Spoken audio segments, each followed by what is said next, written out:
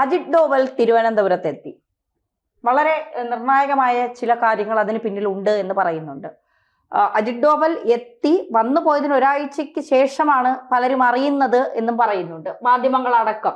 അജിത് ഡോവലിന്റെ ഈ വരവിന് പിന്നിൽ ISROയിലെ ചില സന്ദർശനങ്ങൾ അല്ലെങ്കിൽ അവിടുത്തെ ഒരു നിർണായകമായ ചില തീരുമാനങ്ങൾക്കപ്പുറം മറ്റെന്തെങ്കിലും ഉദ്ദേശമുണ്ടോ അജിത് ഡോവലിന്റെ വരവിന്?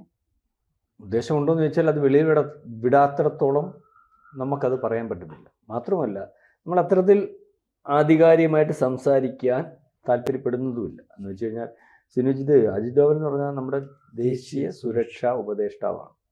അദ്ദേഹം ഇവിടെ വന്നത് തന്നെ 22-ാം തീയതിയാണെന്ന് പറയുന്നു. അതിൻ്റെ തലേന്നായിരുന്നു ചാർട്ടേഡ് ഫ്ലൈറ്റ് ബുക്ക് ചെയ്തു. അതോടെ മാറ്റുന്നു.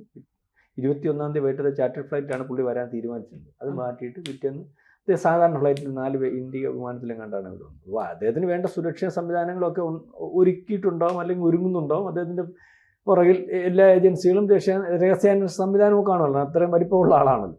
അപ്പോൾ അദ്ദേഹം ഇവിടെ വന്നു. നമ്മൾ ആധികാരികമായിട്ട് അല്ലെങ്കിൽ ചിലർ പ്രചരിപ്പിക്കുന്നവരുടെ ഊഹാപോഹങ്ങൾ പറയുന്നില്ല എന്ന് പറയാനുള്ള കാരണം, അദ്ദേഹം ഇവിടെ വന്ന വിഷയം എന്താണെന്നുള്ളതിനെ പറ്റി ഇപ്പം യൂട്യൂബിൽ പറയുന്നതോ, ഈ ശ്രീഹരിക്കോട്ടയിൽ അല്ലെങ്കിൽ നമ്മുടെ മിസൈൽ തുമ്പ ISRO PSLV അല്ലെങ്കിൽ കഴിഞ്ഞ 2 വിക്ഷേപണങ്ങൾ ഏറ്റവും അവസാന ഘട്ടത്തിൽ ഫെയിലിയർ ആകുന്നു. അതായത് 500 കിലോമീറ്റർ മാത്രം ഉയരത്തിൽ വിക്ഷേപിക്കേണ്ട, ഒരിക്കലും പ്രതീക്ഷിക്കാത്ത കാരണം ഇന്ത്യക്ക് സംഭവിക്കാൻ പറ്റുന്ന ഒരവസ്ഥയില്ല. കാരണം ഇന്ത്യ അത്രയ്ക്ക് ആ മേഖലയിൽ വളർന്നു, ലോകം ചർച്ച ചെയ്തു ഉദ്യോഗസ്ഥന്മാർക്ക്. പക്ഷെ അവസാനം ഫെയിലിയർ ആകുന്നു.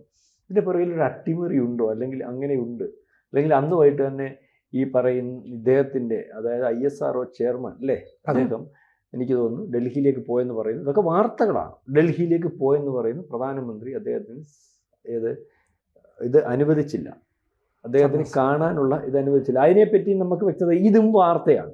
അപ്പം കാണാൻ അനുവദിച്ചിട്ടില്ലയോ, ഒരുപക്ഷെ കാണാൻ അല്ലെങ്കിൽ അദ്ദേഹത്തിന് ഇല്ലാത്ത ഒരവസ്ഥ, കാരണം പല കാര്യങ്ങളോട്ടിരിക്കുന്ന അവസ്ഥയ്ക്ക് ഒരു അജിത് ഡോവലിനെ പോലെ അതുപോലെ ഉള്ള ആൾക്കാരോട് സംസാരിച്ചോ കണ്ടോ, അതിൻ്റെ അടിസ്ഥാനത്തിലാണോ അദ്ദേഹം ഇവിടെ വന്നതെന്ന് അറിയത്തില്ല. അതായത് അദ്ദേഹം 6ഓളം മീറ്റിങ്ങുകളിൽ പങ്കെടുത്തെന്ന് പറയുന്നു.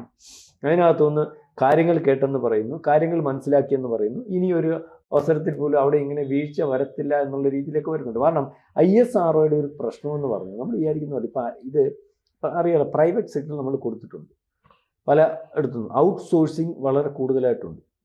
സ്ഥിരമായിട്ടുള്ള ജീവനക്കാർക്കപ്പുറം കരാർ ജീവനക്കാരുണ്ട്.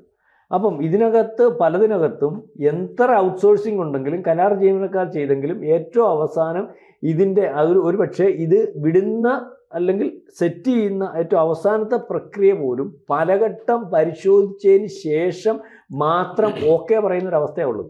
മനസ്സിലാവുന്നുണ്ട്? അതിന് ആരെയും കുറ്റം പറയാം, അല്ലെങ്കിൽ ഔട്ട്സോഴ്സിങ്ങിൽ നിന്ന് വന്ന അല്ലെങ്കിൽ ചെയ്തതിൻ്റെ കുഴപ്പമാണോ മറ്റു. പക്ഷേ ഇത് പരിശോധിച്ച് ഇതിന് വേണ്ട രീതിയിൽ ആവശ്യപ്പെടുന്ന രീതിയിൽ ഉള്ള സാധനമാണോ നമ്മൾ നിർമ്മിച്ചു അല്ലെങ്കിൽ കൊടുത്തിരിക്കുന്ന എന്നുള്ള രീതിയിൽ കാര്യം വരുന്നത്. പിന്നെ ഇതിനകത്ത് നമ്മളിപ്പോൾ വെടിയിൽ നിന്ന് സാധനം എടുത്തിട്ട് ചെയ്യുന്നുണ്ട്, അറിയത്തില്ലേ, വിക്ഷേപിച്ചു കൊടുക്കും, നിങ്ങളുടെ രാജ്യത്തിന് പൈസ കൊടുത്താൽ മതി. അപ്പോൾ നമ്മൾ ടെൻഡർ കൊടുക്കുമ്പം ഈ മേഖലയിൽ മത്സരമുണ്ട്. ഈ മേഖലയിൽ മത്സരം ഉണ്ടായതുകൊണ്ട് ഏറ്റവും കുറഞ്ഞ ടെൻഡറിൽ കാര്യങ്ങൾ ചെയ്യാൻ സാധിക്കുന്നത് ആരാണെന്ന് വെച്ചാൽ അവരെ കൊണ്ട് ചെയ്യിക്കും. ഇപ്പോൾ എൻ്റെ ഒരു സാറ്റലൈറ്റ് ഉണ്ട്, അത് വിക്ഷേപിച്ച് തരണം, അല്ലെങ്കിൽ വിക്ഷേപിച്ച് തരണം, എൻ്റെ ആവശ്യങ്ങൾ ഇന്നതൊക്കെ. അപ്പോൾ ഇന്ത്യ പറയുന്നത് ഇത്ര കോടി രൂപയ്ക്ക് ചെയ്യാം. അപ്പോൾ ചൈന പറയാം ഒരു 10 അതിനെക്കാട്ടിൽ ഒരു 100 കോടി രൂപ കുറച്ച് ചെയ്യാം. അപ്പോൾ അങ്ങോട്ട് പോകും, അതിൻ്റെ ഒരേ ക്വാളിറ്റി. അപ്പോൾ ഇതിനകത്ത് ഈ മത്സര സ്വഭാവത്തെ എല്ലാം അതിജീവിച്ച് കാര്യങ്ങൾ ചെയ്യേണ്ട ഒരു അവസ്ഥയുണ്ട്. അപ്പം ഇതിനകത്ത് ഒരു കാര്യം ഇപ്പം പറയുന്നതിനകത്ത് ഊഹാപോഹങ്ങൾ പറയുന്നില്ലെങ്കിൽ പറയുമ്പോൾ ഒരു കാര്യം ഓപ്പറേറ്റ് ചെയ്യുന്നതിനകത്ത് പ്രയാസമില്ലാത്തൊരവസ്ഥ പണ്ടത്തെക്കാട്ടിൽ ഇപ്പോൾ ഉണ്ടെന്നൊരു കണ്ടെത്തലുണ്ട്. എന്താണെന്നറിയോ, എന്ത് വന്നാലും പറഞ്ഞാൽ മതി, വെളിയിൽ നിന്ന് വന്ന സാധനത്തിൻ്റെ കുഴപ്പമാണ്, അല്ലെങ്കിൽ മറ്റേ നമ്മൾ കരാർ അവരുടെ കുഴപ്പമാണ്, അല്ലെങ്കിൽ കരാർ തൊഴിലാളികളുടെ കുഴപ്പം. പക്ഷെ അത് പറയാൻ പറ്റുന്നൊരവസ്ഥ ഇല്ല.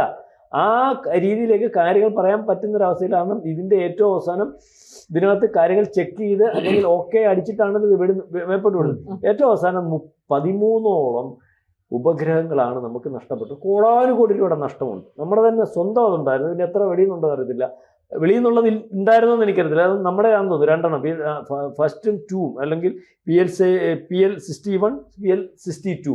രണ്ടാമത്തേനകത്ത് 13ഓളം ചാര ഉപഗ്രഹങ്ങൾ. ഈ ഉപഗ്രഹങ്ങൾ എന്ന് പറഞ്ഞാൽ നമുക്ക് ചൈനയും പാകിസ്ഥാനെയും ഒക്കെ ഉറ്റുനോക്കുന്നതിനും അല്ലെങ്കിൽ അവരുടെ ചില ഈ നമ്മുടെ സുരക്ഷ ഏറ്റവും കൂടുതൽ ഇതിനകത്താണ് നഷ്ടം വന്നത്. അപ്പോൾ ഇതിനകത്ത് എന്തെങ്കിലും സംഭവിച്ചിട്ടുണ്ടോ, അല്ലെങ്കിൽ ഇതുവരെ ഇല്ലാത്ത പരാജയം ഇന്ത്യക്കില്ല ഈ മേഖലയിൽ നിന്ന് ലോകരാജ്യങ്ങൾ ചർച്ച ചെയ്യുമ്പോൾ ഇതിനകത്ത് രണ്ട് രീതി നമുക്കറിയാമല്ലോ. ഏതെല്ലാം രീതിയിൽ ഇന്ത്യ മഹാരാജ്യത്തെ നശിപ്പിക്കാൻ നിൽക്കുന്നുണ്ട്. പണ്ട് നമ്മുടെ ശാസ്ത്രജ്ഞന്മാരെ രീതി പേരുദോഷം ഉണ്ടാക്കി അറിയാമല്ലോ.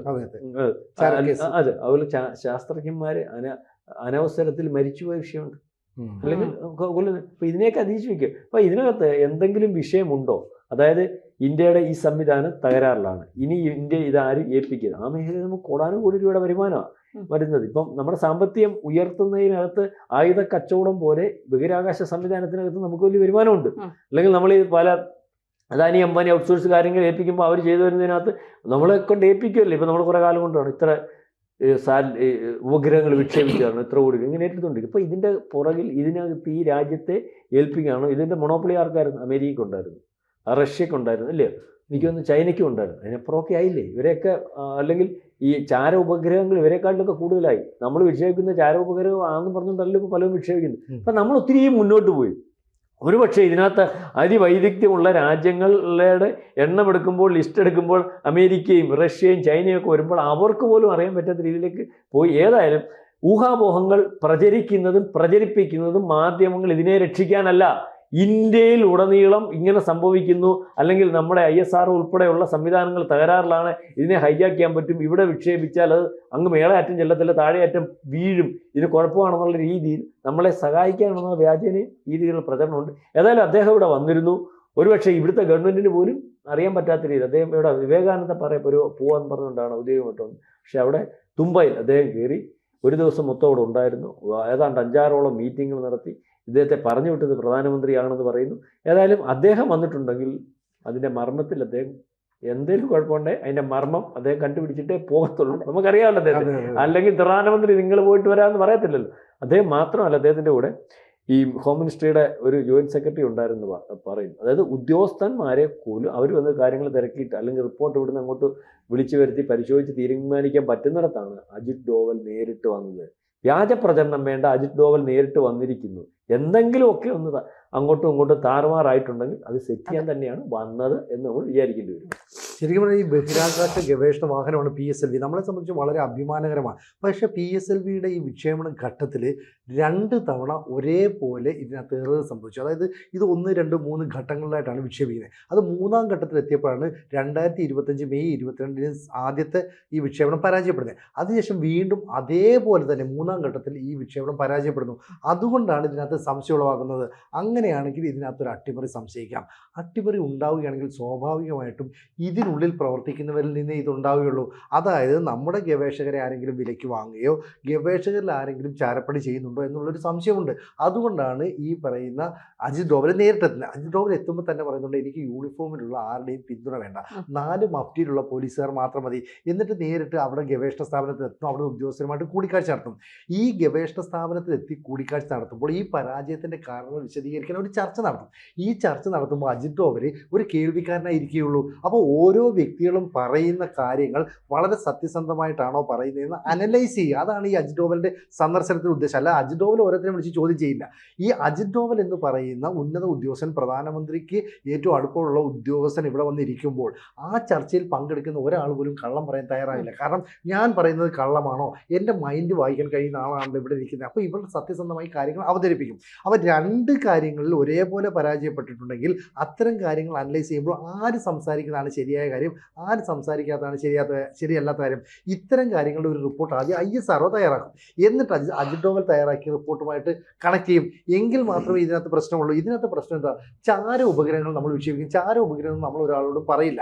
നമ്മൾ മറ്റുള്ളവയെ നിരീക്ഷിക്കാൻ വേണ്ടി ഉപഗ്രഹം എന്നാണ് പറയുന്നത്. പക്ഷേ ചൈനയുടെ അല്ലെങ്കിൽ റഷ്യയുടെ അമേരിക്കയുടെ സാങ്കേതിക വിദ്യയെ നമ്മൾ കിടപിടിക്കുന്ന ചില സാങ്കേതിക വിദ്യകൾ നമ്മളും തയ്യാറാക്കുകയാണ് ഇവിടെ ചെയ്യുന്നത്. ഇവിടെ ഇപ്പം ഗഗൻയാൻ നമ്മുടെ ഒരു വലിയ ലക്ഷ്യമാണ് കാലത്ത്. ഈ ഗഗൻയാൻ പദ്ധതിയുമായി ബന്ധപ്പെട്ട് നമ്മൾ മുന്നോട്ട് പോകുമ്പോഴാണ് PSLVക്ക് 2 തവണ പരാജയം നേരിടേണ്ടി വരുന്നത്.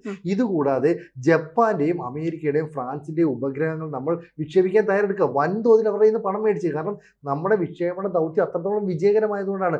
അവിടെയും നമ്മളെ തകർക്കാനായിട്ട് ചിലർ ശ്രമിക്കുന്നു. അപ്പോൾ ഓരോ ഘട്ടത്തിലും നമ്മൾ എവിടെയൊക്കെ മുന്നേറുന്നോ അവിടെയൊക്കെയാണ് അതിനെ പരാജയപ്പെടുത്താൻ ശ്രമിക്കുന്നത്. ഇവിടെ കേരളത്തിൽ ഇത്തരത്തിലുള്ള ചില ആസൂത്രണങ്ങൾ നടക്കുന്നു എന്നൊരു സംശയം എവിടെ നിന്നെങ്കിലും കിട്ടിയതുകൊണ്ടാണ് NSAയെ പ്രധാനമന്ത്രി നരേന്ദ്രമോദി നേരിട്ട് അയക്കുന്നത്. അല്ല വെറുതെ വരുമെല്ലാം. ഈ NSA ഇവിടെ എത്തിയത് നമ്മൾ അറിഞ്ഞ എങ്ങനെയാണ്? നമ്മുടെ BJPയുടെ സംസ്ഥാന അധ്യക്ഷൻ എന്ന് പറയുന്നത് രാജീവ് ചന്ദ്രശേഖർ ഒരു സെൽഫി എടുത്തതുകൊണ്ടാണ്. അല്ലെങ്കിൽ അദ്ദേഹം കേരളത്തിൽ വരുന്നത് പോലും ആരും അറിയില്ല. വരുന്നു, കൃത്യമായിട്ട് കാര്യങ്ങൾ നിരീക്ഷിക്കുന്നു, അതിനുശേഷം അദ്ദേഹം ഈ റിപ്പോർട്ട് മോദിക്ക് നൽകുന്നു. അങ്ങനെയാണെങ്കിൽ നമ്മുടെ ഗവേഷണ സ്ഥാപനങ്ങളെ അതുപോലെ തന്നെ ഈ ISRO പോലെയുള്ള ഒരു വലിയ ലക്ഷ്യം മുൻനിർത്തി പ്രവർത്തിക്കുന്നവരെയൊക്കെ തകർക്കാൻ ശ്രമിക്കുന്ന ആരാ? പാകിസ്ഥാനിൽ മാത്രം നമുക്ക് പറയാൻ പറ്റില്ല. റഷ്യയും അമേരിക്കയും ചൈനയും എല്ലാം നമ്മുടെ ശത്രുപക്ഷം തന്നെയാണ്. ചൈനയും അമേരിക്കയും റഷ്യയും ഒക്കെ എന്താണോ ചെയ്യാൻ ഉദ്ദേശിക്കുന്നത് അത് നമ്മൾ ചെയ്യും. പണ്ട് നമ്മൾ ഈ റഷ്യയുടെ ഉപഗ്രഹത്തിൽ കയറിയാണ് രാകേഷ് ശർമ്മയൊക്കെ സൂര്യാകാശത്തേക്ക് പോയെന്ന് പറഞ്ഞു. ഇപ്പം നമ്മുടെ തന്നെ സ്വന്തം വാഹനത്തിൽ പോകാൻ കഴിയും. അത്തരത്തിലുള്ള നമ്മളുടെ വികസിത നേട്ടങ്ങളെ ഇടിച്ചു താഴ്ത്താൻ, കളങ്കിതമാക്കാൻ ആരൊക്കെയോ ശ്രമിക്കുന്നു. അതാരാണെന്ന് കണ്ടെത്താനും മുളയിലെ നുള്ളിയെടുക്കാനുമായിട്ട് അജിത് ഡോവൽ നേരിട്ടെത്തുകയാണ്. അജിത് ഡോവൽ മനസ്സിലാക്കിയ ചില കാര്യങ്ങളുണ്ടല്ലോ, അത് കുറേ ഉദ്യോഗസ്ഥരുടെ മീറ്റിംഗ്, അവിടുത്തെ ഉദ്യോഗസ്ഥർ നമ്മളുടെ മീറ്റിങ്ങിനെ അനലൈസ് ചെയ്യുന്നു, അതിൻ്റെയൊക്കെ ഒരു റിപ്പോർട്ട് തയ്യാറാക്കുന്നു, അത് നേരിട്ട് മോദിക്ക് കൈമാറുന്നു. കാരണം മോദിക്ക് നേരത്തെ ISRO നൽകിയ റിപ്പോർട്ട് മോദി ഓഫീസ് തള്ളിക്കളയുകയാണ്. ആ തള്ളിക്കളഞ്ഞുകൊണ്ടാണ് നേരിട്ട് നാഷണൽ സെക്യൂരിറ്റി അഡ്വൈസർ വന്നത്. അപ്പോൾ അദ്ദേഹം സമർപ്പിച്ച റിപ്പോർട്ടും ഇവിടെ എന്തെങ്കിലും കള്ളക്കളി നടന്നിട്ടുണ്ടോ എന്ന് സൂചിപ്പിക്കുന്ന ISROയുടെ റിപ്പോർട്ടും ഏതാണ്ട് സമാനമായ ഗതിയിൽ വന്നാൽ വലിയ മാറ്റങ്ങൾ തുമ്പയിലും കേരളത്തിലുമൊക്കെ തന്നെ ഈ ഗവേഷണ സ്ഥാപനവുമായി ഉണ്ടാകാനുള്ള സാധ്യതയുമുണ്ട്. അതെ, എന്തായാലും അജിത് ഡോവലിന്റെ വരവ് നിസ്സാരമായി കാണേണ്ടതില്ല. പ്രത്യേകിച്ച് ദേശീയ ഉപദേഷ്ടാവ് വരുമ്പോൾ അതിന് പിന്നിൽ എന്തൊക്കെയോ ചില സംശയങ്ങൾ കൂടി ഉണ്ട് എന്നതാണ്. അതുകൊണ്ടാണ് ഇപ്പോൾ ISROയുടെ ചെയർമാനെ തന്നെ മോദി കാണുന്നില്ല എന്നൊക്കെ പറയുമ്പോൾ അതിന്റെ അത്ര ഗൗരവമായി തന്നെ നമ്മൾ അതിനെ കാണണമെന്നുള്ളതാണ്. മാത്രമല്ല ഈ അജിത് ഡോവലിന്റെ ഒരു പ്രത്യേക ക്യാരക്ടർ എന്ന് പറയുന്നത് എല്ലാം വിശദമായി പഠിച്ച് മനസ്സിലാക്കി ആഴത്തിലിറങ്ങി പഠിച്ചതിന് ശേഷമാണ് അദ്ദേഹം കാര്യങ്ങൾ കുറച്ചുകൂടി കൃത്യമായി ഇപ്പൊ എന്തൊക്കെയോ ഇവിടെ നടക്കുന്നുണ്ട് അത് മനസ്സിലാക്കിയിട്ടായിരിക്കാം ഒരുപക്ഷെ അദ്ദേഹം കേരളത്തിൽ എത്തിയതും. അത് ആരും അറിയാതെ സിനിജി പറയുന്നത് പോലെ രാജീവ് ചന്ദ്രശേഖറിന്റെ ഒരു സെൽഫി കണ്ടതിന് ശേഷമാണ് മാധ്യമങ്ങൾ വരെ അറിയുന്നത്. ഇദ്ദേഹം എവിടെയും ക്യാമറ വെച്ച് കാര്യങ്ങൾ കണ്ടെത്തുന്ന പ്രമുഖ മാധ്യമങ്ങൾ എന്ന് പറയുന്നവർ പോലും ഇത് അറിഞ്ഞിട്ടില്ല എന്നാണ് പറയുന്നത്. അപ്പൊ തീർച്ചയായിട്ടും ഈ ISROയുമായി ബന്ധപ്പെട്ട എന്തെങ്കിലും വീഴ്ചകൾ സംഭവിച്ചിട്ടുണ്ടോ എന്നുള്ളതാണ് എല്ലാവരും ഗൗരവമായി ഉറ്റുനോക്കണം. അങ്ങനെ സംഭവിക്കില്ല എന്ന് നമുക്ക് 100% അറിയാം. പക്ഷേ എവിടെയോ എന്തൊക്കെയോ ചീഞ്ഞു നാറുന്നുണ്ട്. കൂടുതൽ വാർത്തകളും വിശേഷങ്ങളും നിങ്ങളിലേക്ക് എത്താൻ ABC മലയാളം സബ്സ്ക്രൈബ് ചെയ്യുക, ബെൽ ബട്ടണും അമർത്തുക.